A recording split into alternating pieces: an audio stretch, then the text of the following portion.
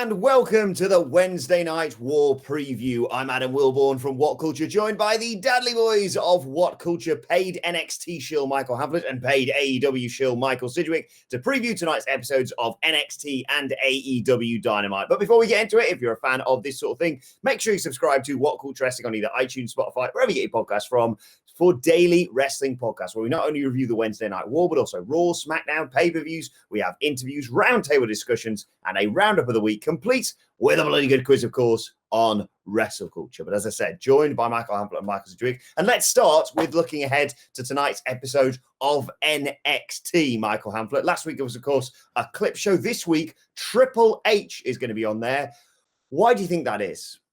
Well, because Tommaso Ciampa and Johnny Gargano are his children, aren't they? And the children messed up the house the other week, and they're going to get a bollocking for it. It's an experience that myself and Michael Sidgwick are probably living through every day. And rather than it being an escapist form of entertainment, we're getting to see the lockdown played out on television as Ciampa and Gargano are getting a lot of trouble for smashing up all of Dad's nice kit.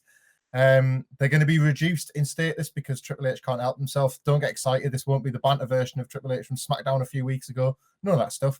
He's going to be the boss. He's going to say, "This has to end. This is my creation. And between you were destroying my creation." It's all about him. And then one of them will have to leave NXT forever, if indeed they have the time to tape such a battle before they're not allowed. I'm going to be a little bit kinder to Triple H than NXT shill Michael Hamlet, and I don't think he's going to play the dad role in the Tommaso Ciampa Johnny Gargano feud. I think he's looked at Cody's promo last week and thought, "I can do better than that. I can do better than that. I can save the world. I can save the world. I saved you all from WWE before AEW came along with NXT. I'm going to do the promo. I'm going to do the promo." No, I think he'll just do the promo. I think he'll do the promo. He'll put himself over as the very savior of escapism, Triple H, a week after the workout, how to get the camera angle correct. And he will then basically announce what they've already done on social media with the announcement that, yes, TakeOver is happening every single Wednesday ahead of whatever, because there's no ahead of anything anymore. This podcast feels the most appropriate to be bitchy about NXT and AEW respectively, so I'll do that. I don't know what the general consensus was on NXT last week, but I thought it was absolutely fantastic. I guess a lot of it depends on your taste in those particular programs that they focused upon. But it was, like, obviously socially and ethically responsible, and it was entertaining television, and it made, in my opinion, effective use of archives. And I get the impression that at least people enjoyed NXT got the same. AEW was a really entertaining live wrestling show at a time where gradually the need for a live wrestling show is becoming much smaller. And I would have taken more weeks of what we got last week than anything new. And I think that's probably where my cynicism towards this Triple H promo and towards the Gargano Ciampa thing comes from. I loved an hour and 10 minutes of video package, and all the feedback I got from other people that still enjoyed that feud felt the same. And yet it's back to this week to be reminded that we're probably going to get these programs that have been lovingly built towards in this empty gym as and when they're allowed to do it again. That's the root of my cynicism. I would have taken as many more weeks as we got last week, as long as it takes until we can do it the proper way again. I agree. I thought it was sensational last week's NXT. Very different, obviously. I mean, AEW won the Wednesday Night War hands down. Yeah. Not just for myself and Andy Murray when we were reviewing it, but of course, clearly in the viewing figures. But I thought NXT did a great job. They built up Rhea Ripley, Finn Balor. They reminded you why we fell in love with this whole Ciampa Gargano feud. And, you know, yes, I'm happy that we are going to get to see some live wrestling this week on NXT. But at the same time, it's slightly tainted by the fact you sense that they've only done this as a reaction to those horrific numbers that they did. And as much as I want to see huge takeover matches, even you must admit, Michael Sidgwick, it's not ideal to have them on a Wednesday night. Oh, yeah, absolutely not at all. I do think last week's show, as Hamflett points out, hinged completely on your enjoyment of the Gargano Ciampa feud. I think the triumph of that extended documentary effectively was that it managed to engage even the people who think it's going to be hilarious, my dickheaded self included. I think possibly there was some kind of an ethical, social, or at least it's WWE, let's face it, philanthropy is the future of marketing. Optics. It's an optics situation. Like, they're not a nice company. I absolutely, until my dying day, will ever ever, never give them credit for practicing good social distancing by not doing a proper traditional NXT, because look what they're doing this week in the wake of such understandably bad numbers. But yeah, it's a better compromise because I attach meaning to the word moment. And if this takeover Tampa build was to go on indefinitely with no blow-off matches in sight, I can imagine the word moment would have bludgeoned me over the head before the blow-off. So I'm glad they're doing the matches now because I like the word moment, and NXT have kind of ruined it. One of the things that annoyed me I'm the just most. being a dick. I'm sorry. One of the things that annoyed me the most about the ongoing situation, of course, is the lack of a championship celebration last week from Adam Cole. He passed Finn Balor's phenomenal reign as NXT champion, 292 days. Hamlet, do you think they're teasing it for tonight? What do you think they're going to do with Adam Cole and his record-breaking reign tonight? Well, this is the thing, isn't it? Because this, in theory, would be a great use of the time in NXT. You don't need to have a match. You don't need to involve a lot of people because Adam Cole's only got 3 friends. So if you just put them all in like one corner of the ring each, they're even practicing social distancing for the good of the segment. So it'd be great if there was some sort of, I don't know, some sort of lot of old tributes and lots of old clips, but with maybe Adam Cole commentating over the top of them, with Kyle O'Reilly just saying, "Oh, I knocked up some video packages for you last night, boss." And then we just get to see these packages on the screen while the 4 in the ring at a safe distance just banter along. It's really funny. It can pop the commentators. Like Mauro can get a few digs in as well. There could be a nice communal sense of fun about the whole thing. And then if Velveteen Dream was to get involved, which we imagine in the before 4 time, that was what was going to happen, that he would have interrupted and it would have set up their big match. He can do so in a way where he doesn't actually need to be a physical presence. Sidgwick, I think, on another podcast, posited the idea for the 24/7 division of a giant net being like dropped upon somebody. A giant purple net falls mysteriously from the top of the performance center, and then Velveteen Dream appears in another corner of the gym as if he's just clicked his fingers and made it happen. Go big, go daft, go silly. And I will say regarding the Finn Balor record being broken, again, I desperately wish this match wasn't happening, because it's all right for Adam Cole to quietly pass that record in these circumstances, because what a cowardly way to do it. Like, I'm the greatest champion ever and I didn't defend my title for 3 months. Oh no, like all that sort of thing. Like, they could actually utilize that, and instead you just sense that at the earliest opportunity they'll get to this Dream Cole thing. But that, with a bit of creativity, could actually be quite entertaining.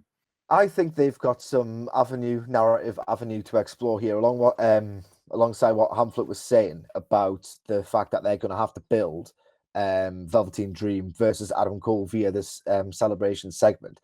What I love about the Velveteen Dream character is how androgynous he is, and that's hardly a hot take, but you know what I mean. I like how it's just not at all macho, where so much of that exists in pro wrestling. It's incredibly refreshing. Like, I love the idea of Velveteen Dream using this unfolding, ongoing situation in a way to sort of, 1, enhance and further build his character, and 2, get into the mind of Adam Cole by saying something like, "Oh, you think you're going to be the longest reigning champion forever and ever because we're supposed to keep our distance, but I want to touch you." Like, that sort of thing that Velveteen Dream is so captivating at. I think they could, if they acknowledge what's going on and use it to drive the drama, I think that could be very, very good. Absolutely. Lots of matches as well set for tonight's NXT. Too many. Couple of qualifiers set up. We're going to have Candice LeRae versus Kaden Carter and Xia Li versus Aaliyah. Who do you see going forward and qualifying for that big ladder match whenever that will happen? Yeah, what does it matter, man? It's not like they can really justifiably put so many people in one match for a great deal of time. Previous weeks, they've put through people unexpectedly, haven't they? So you could look at this and you could say, well, maybe they're going to go weird and go Aaliyah and Kaden Carter. But if and when that match does occur, it's about time to start putting the potential winners in it. And Candice LeRae was one from the very beginning. She was, whether or not she was working her own story, but I sense that in NXT they wouldn't be allowed to do that. She was staring at the belt as Rhea Ripley held it up a few weeks ago. And I imagine if television had been normal over the past few weeks, there'd have been a little bit more story towards that. So I fancy LeRae and Lee to both qualify again for an incredibly brutal and challenging match to pull off in normal circumstances, let alone one that surely can't be coming in the next few weeks at least. Whenever they do get to this, it's got to be a long time from now. Yeah, as I don't know who's going to be involved in this match because when was the last time I saw Alea on NXT TV? She took that worked broken nose just before Christmas. I got worked by it, so fair enough. I will give her some credit. You've got to expect that Candice LeRae's got to be in this match. I know the dynamic of it so far is quite weird, and they're rewarding people who, under normal circumstances, would not really be deemed worthy of a takeover match. But you've got to put Candice LeRae in there, like you really do. I think the kind of stuff that Caden Carter could do in a ladder match is impressive, but ultimately Candice LeRae is the far more experienced worker. And I think the danger element of putting so many people who aren't pay-per-view ready in what is most certainly a pay-per-view level match, I think that could be quite dangerous. So yeah, I'd like to see Candice LeRae in there. As for Xia Li and Alea, I'm really not too sure. I'll go with Xia Li and Candice LeRae as well for that one. Two other matches that could be match of the night. Matt Riddle facing Roderick Strong and Tyler Breeze taking on Austin Theory. I'm looking for Riddle and Strong to rebuild my faith in pro wrestling as an art form. I think I'd like to see this played heavily for laughs, but they're both so incredibly physical that it's hard for them to resist just beating the hell out of each other. TakeOver 25, their opener, was one of the matches of the year last year across any promotion, in my opinion. I just adored it. It was so violent and visceral. And if anything on NXT, if they're determined to put forth so many matches, which they seem to do, if anything was worthy of the time and worthy of the effort of building something, I have a lot of faith in these two being able to get over, as it were, in that empty building. It could be the main event of this show. It could be the thing that like anchors it through the hours changing over, something like that. 15, 20 minutes. I've yet to see it done too well in this empty arena setting, but certainly from WWE's point of view in NXT, this is the one if they're going to do it. Tyler Breeze versus Austin Theory will be dead pedestrian, and it'll look like one of these Raw SmackDown matches. Tyler Breeze, with the best will in the world, kind of showed what his value is as a single star when he fought Velveteen Dream at a TakeOver. That was an opportunity to remind people, and instead he reminded people of something else, something entirely different, that it is possible to be made moribund by the way that NXT's work rate has advanced. Theory will get to go over and he'll get to look good, I suppose, but again, it's tricky. Does he really look that good? This would be an elevation in traditional terms, but will it be an elevation in empty arena? It's a big test for him. You keep saying these words, laughs, fun. I don't think you know what these words mean. It's NXT that you're talking about here. It's NXT. I think Matt Riddle has got the ability and the agency, in fact, to maybe do something quite entertaining beyond these weird, like very faithful to a different world matches that we're seeing in this performance center. So I expect this to be really good. It's the match I'm most looking forward to on the NXT show. In fact, it's a segment I'm most looking forward to because I hate Triple H. I hate him so much. Austin Theory is getting over to a point, but I'm completely with you on Tyler Breeze. I think that he is so wrong for that show, which is so ironic because he's so wrong for Raw and SmackDown. But I was just expecting his presence to come with it a sense of like levity to the USA Network, which I've bored everyone into submission by saying I'm in desperate need of. But for whatever reason, they're not even letting him do it. So yeah, I'm very, very apathetic on the prospect of Austin Theory and Tyler Breeze. But as apathetic as I am about that, I do think Strong versus Matt Riddle could be very, very good in that weird context because Roderick Strong's kind of a low-key boy popper as well. Right, transitioning over to AEW Dynamite now. Michael Sidgwick, what do you think they're going to do now there is no blood and guts? I've got no idea because we are in completely uncharted waters. The weird benefit of them not having blood and guts and how they sort of manage their TV going forward is that rivalry had simmered when the match was announced. So it's not as if they've done all of the events that led to Full Gear, for example. They've built Cody and Chris Jericho, and they've had that like seismic match where Cody was deprived of the chance to be world champion. And in the meantime, Santana and Ortiz and the Young Bucks were still at one another's throats.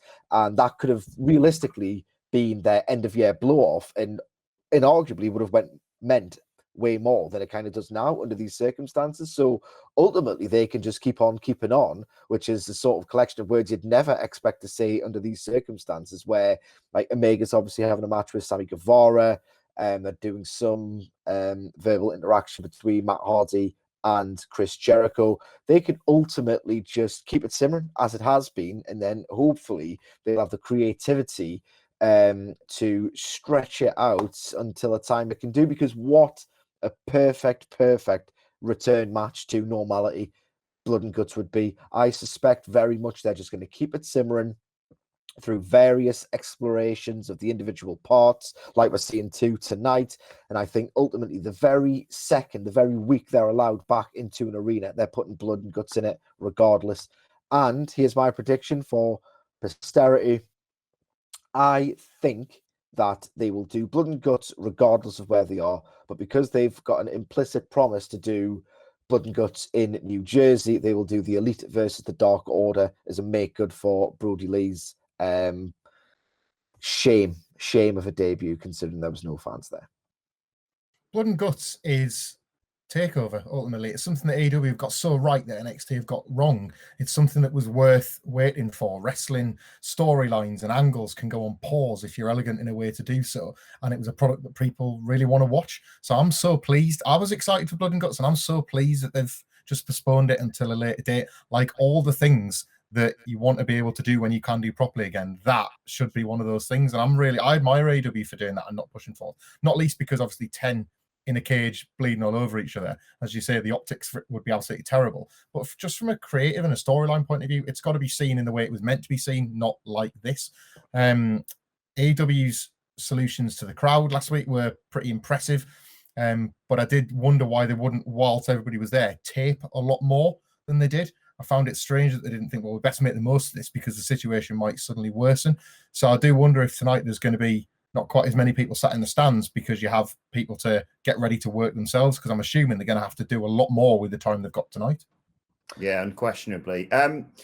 We tend to get quite hyperbolic on these podcasts, but I'm going to go ahead with it anyway. Michael Sidgwick, tonight we're getting Chris Jericho and Matt Hardy face-to-face. Could we have the promo of the year in your eyes? Could you run that back for me and do it in the voice? Are we about to get the promo of the year? Thank you very much. Where were your manners? Where were your manners? Right, this is where my shill heart comes out and my complete affection for the product comes out, because I wouldn't necessarily be excited about the prospect of Matt Hardy versus Chris Jericho as a going concern in the main event of the promotion that I wish to receive as the alternative to WWE. I think Matt Hardy is, hot take, totally reinventing himself for the better. I tend not to gravitate towards something like the Broken Universe, but I, for whatever reason, thought it was so unbelievably charming after I kind of got on that wavelength. And it did take me a while, but it's just something I didn't necessarily want to see out of AEW. But the second that there's no fans there, the second that it requires the creativity of two men exactly like Matt Hardy and Chris Jericho, the second it sort of becomes this new thing that doesn't rely on them having a great match at the end of a pro wrestling feud, I think this is the perfect time to do anything to do with Broken Matt Hardy and Chris Jericho, and it is the perfect place for it. Looking forward to something that I might have been quite cynical of under normal circumstances. Like, these two guys are really funny, incredibly creative, seasoned professionals. They know exactly what to do and what not to do to make things feel completely bizarre under these circumstances. If, in fact, I could have picked any two men across any pro wrestling company to do something, anything under these conditions, Chris Jericho would absolutely be number one on the list because he's a polymath and he's hilarious and he can do anything. And Broken Matt Hardy would not be far behind at all. I think this is inspired to do now.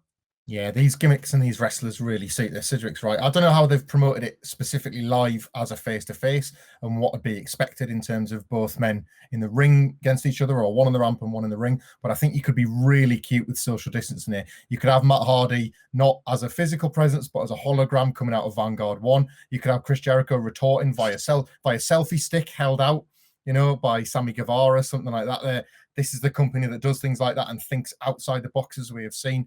And I just think that, as Cedric points out very eloquently, I think Jericho's probably the number one draft pick in a situation like this, not just for matches, not just for promos, but to just have in your corner as somebody that can always think outside the box and can always see maybe how something would look. We saw with the Festival of Friendship and how much he drove that. He could see how it looked before it came to be. There's a rich history of things like that in his career that he's done. And I tend to think this will be the same as well. Whereas Matt Hardy's recent successes have all formed from being given his own creative around himself. I wouldn't necessarily ever let Hardy Boys creative near anybody else's career, but when it comes to their own, they really have a good handle on who they are and how to make their daft stuff work. Very quickly, Michael Sidgwick, we've got 2 excellent matches coming up tonight on AEW Dynamite, but no word on that parking lot brawl between the Lucha Bros and the Best Friends. Do you think that still goes ahead tonight? I'm not too sure, to be perfectly honest. I've seen the talk quieten down quite a bit. I might hop on the website to see if it's been updated for any information. But ultimately, it's a terrible look. I mean, we've been told by effectively every single government agency across the globe. I think 10 is the last number that I've read. I'm hearing 2 in the UK. I'm hearing 2 in Germany to do a what's a match? It's completely gone out. Parking lot brawl. Lumberjack. Parking lot brawl, and in fact, the lumberjack match for that matter, because that was one advertised between Wardlow and Luchasaurus. I think you can do a parking lot brawl between 4 guys and have a referee there and a cameraman, and the fact of Phoenix sprinting over 3 cars at once to kick somebody in the face, I think that would be tremendous. And if it's less than 10, which your parking lot brawl could be, then yes, I think they can do that. It's the lumberjack match, which is why I got my wires crossed. Apologies for that I'm quite concerned about, because ultimately it will require referee, the 2 wrestlers, 7 lumberjacks. That might not be too bad a number, to be honest, but I think that having 3 people in the same room is bad enough.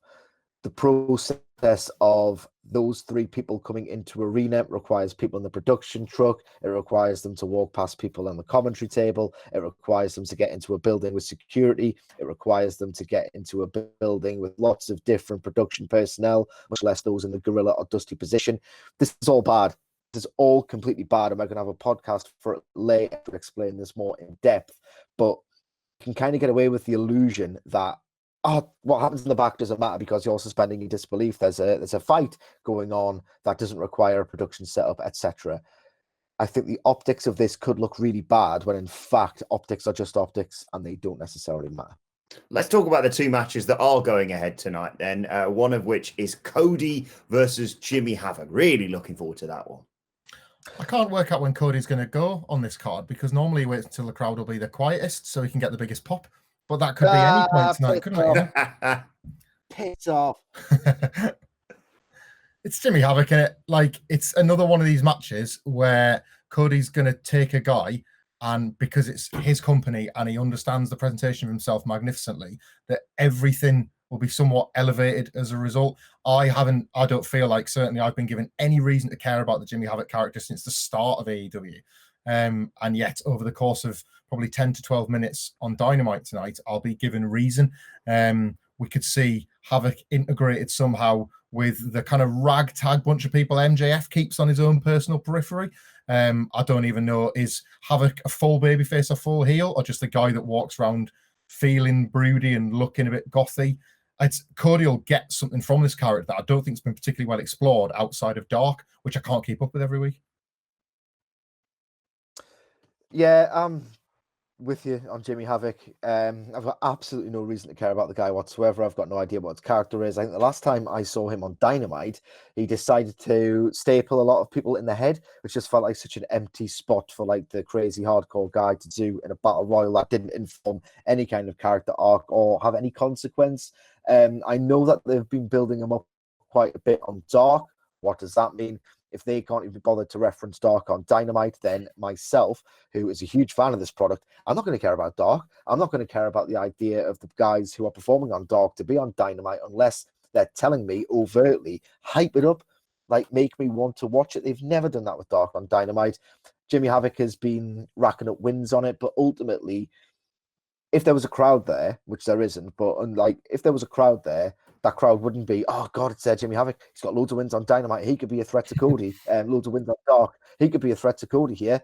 That just isn't going to happen. But as Hamflet says, Cody's a god. He's my genuine hero for saving mainstream. You're paraphrasing there. No, he's my hero. He genuinely is my hero. I say that with full earnestness. I admire how much hard work he puts into it, how much he believes in himself. It's amazing. It's absolutely amazing. Ultimately, yes, this should be a gentleman's 3. Let's face it, a gentleman's 3. It's Cody on commentary that I'm most looking forward to. We'll get to that very quickly in a second. Before that, I want to talk about Kenny Omega versus Sammy Guevara for the AAA Mega Campeon Championship. I hope I've got that relatively correct. Nope. Okay. But that is going to be easily match of the night, no? Across both shows, yes, absolutely. I don't think Hamflet can't even interject because he knows it'll swap the screens around. So I'm just going to take his silence as tacit agreement that yes, it is going to be the match of the night across both shows. Look at him, not even interrupted. Mr. Simpson, no! No, it's ultimately, going to be class, isn't it, man? Obviously, Kenny, the form Kenny's in at the moment. Sammy was fantastic last week, and he is another guy that is such a success story for AEW because as good and as great as he is, as somebody as ill-informed on everything he did before AEW, I'm expecting to watch him be carried by the people he's working with. And yet, instead, what happens is he seems to be leveling up. So who's to say he won't do that here? And might the Spanish God win a AAA title in AEW just for the pattern? I don't think so. No. Because I don't think anyone can travel to and from Mexico and America right now, or if they can, that surely will be getting the kibosh put on it soon enough. But you don't know about the way that Mexico works, what the relationship with is, or who they would take as a champion. So ultimately, it's not like it's an AEW World Title match between these guys in these positions, because you just wouldn't expect a title change. But this one, you might. Who knows? It's a weird thing for them to do. I can't wait for this. I think Kenny Omega, right? People are not going to like this take. He's the absolute greatest of all time for me. And that is unquestionable. I adore the man. But he's not just great at being Kenny Omega, which I think would already put him in the conversation. I don't think I've ever watched a wrestler with as much goddamn range as Kenny Omega. I know his comedy can be off-putting to some, but to those who really get that kind of humor or will like it, he's hilarious. He's a singles legend of a pro wrestler.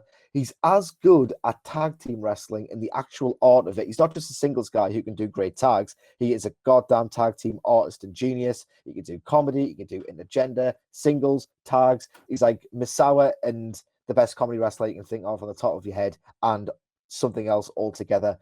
I'm rambling and I'm ranting in a fugue state about how much I love Kenny Omega, but ultimately, if there's one guy I trust with all corners of a pro wrestling show under these conditions, it's Chris Jericho. If it's a guy I would entrust to get an empty arena match over, it's Kenny Omega, unquestionably.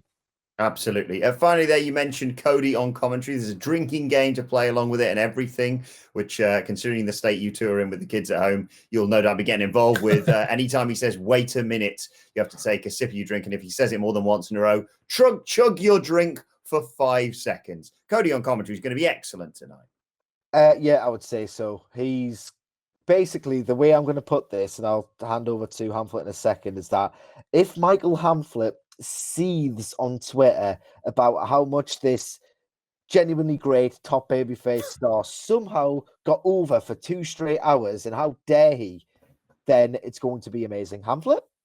This is the one thing more than anything else I don't want WWE to steal from AEW, because if there's like a drinking game where it's like, take a shot if you get annoyed by Mauro Ranallo, I'll have a hangover for about 6 weeks, and I can't have a hangover in lockdown. It's going to be too punishing. This will be good crack. I like the idea that a drinking game will result in Hangman Page playing the drinking game and then stumbling out hammered later on in the show or something like that. So it doesn't even feed in the story, even though it's yet another cute way to interact with the audience and try and feel what the audience watching at home might be feeling themselves. It's observant and it's caring for the audience at large. So I really like this. My hatred of Cody is grossly overstated, by the way. I should point out that what I don't like that Cody does is his exorbitant aspirational qualities that I don't find particularly aspirational. A nice fancy suit doesn't impress me. An entitled sense of self-worth doesn't impress me. All right, Shania Twain. What does impress you much? John Moxley, he's got a car. It's what I like about Cody though is he does the relationship that he has with his audience, as we hear every single time Michael Sidgwick speaks into a microphone. It's real and it's pure, and his audience adore him. And I think that's going to be the case tonight, even though you're not going to hear anyone in the crowds, like Cody on commentary, and through the presence of his show, AEW, that is going to be entertaining their audience. There's going to be a real sense of togetherness and supportiveness between audience and product. And I just sense that that's missing a little bit with WWE at the moment in a noble effort from both sides to produce something. I think AEW are reaching their fan base more so than WWE are theirs. What's with you, Hamflet? Who wins the Wednesday Night War tonight? AEW, I would say. I just don't think I'll wait for NXT to prove us wrong, as it often does in normal circumstances, but I just don't think WWE have quite as impressive a handle on the empty arena stuff. Sidge? AEW for me. I think Big Bad Papa H, Base God Papa H, is going to get embarrassed tonight. I'm going to have to agree with you. I'm going to go 950 plays 750 in favour of AEW. I'm hoping for some big numbers tonight. Hamflet? 950. You said of it. 940, 700. 949. 940, 700. 700. I'll go with 9 and 7. Well, let us know your thoughts ahead of the Wednesday Night War tonight in the comments section below. Don't forget to like, share, and subscribe. And subscribe to WhatCulture Wrestling on either iTunes, Spotify, wherever you get your podcasts from for daily wrestling podcasts. Plus, you can let us know your thoughts on Twitter at WhatCultureWWE. And watch there. Follow all three of us. You can follow NXT shill Michael Hamflet at Michael Hamflet. You can follow AEW shill Michael Sidgwick at and Twin Peaks shill. Trying to do a bit, totally failed. At M. Sidgwick. You can follow me at Adam Wilbourn. Follow us all at WhatCulture WWE, as I said. Make sure you join us for the Wednesday Night War review podcast tomorrow. For now, though, my thanks to the Dadley boys. Thank you for watching, and we will see you soon.